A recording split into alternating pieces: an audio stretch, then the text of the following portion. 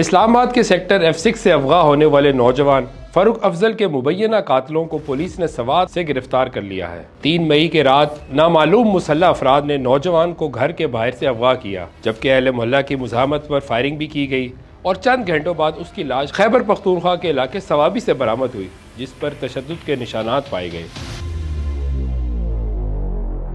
اسلام آباد پولیس کی ٹیم نے مقتول کے والد کے ہمراہ خیبر پختونخوا کا دورہ کیا اور فوری کارروائی کرتے ہوئے تحقیقات کا دائرہ اسلام آباد سے سوات تک پھیلایا اور جدید تفتیشی طریقوں کی مدد سے مرکزی ملزم سیف اللہ اور اس کی خاتون ساتھی مانور کو گرفتار کر لیا، جبکہ اغوا میں استعمال ہونے والی گاڑی بھی برآمد کر لی گئی۔ ابتدائی طور پر یہ واقعہ ذاتی رنجش کا نتیجہ لگ رہا ہے اور لاش اس وقت اسلام آباد کے پمس ہسپتال میں موجود ہے اور پوسٹ مارٹم رپورٹ جاری ہے۔ اس خبر کی مزید تفصیل جاننے کے لیے وی نیوز کی ویب سائٹ کا وزٹ کیجیے۔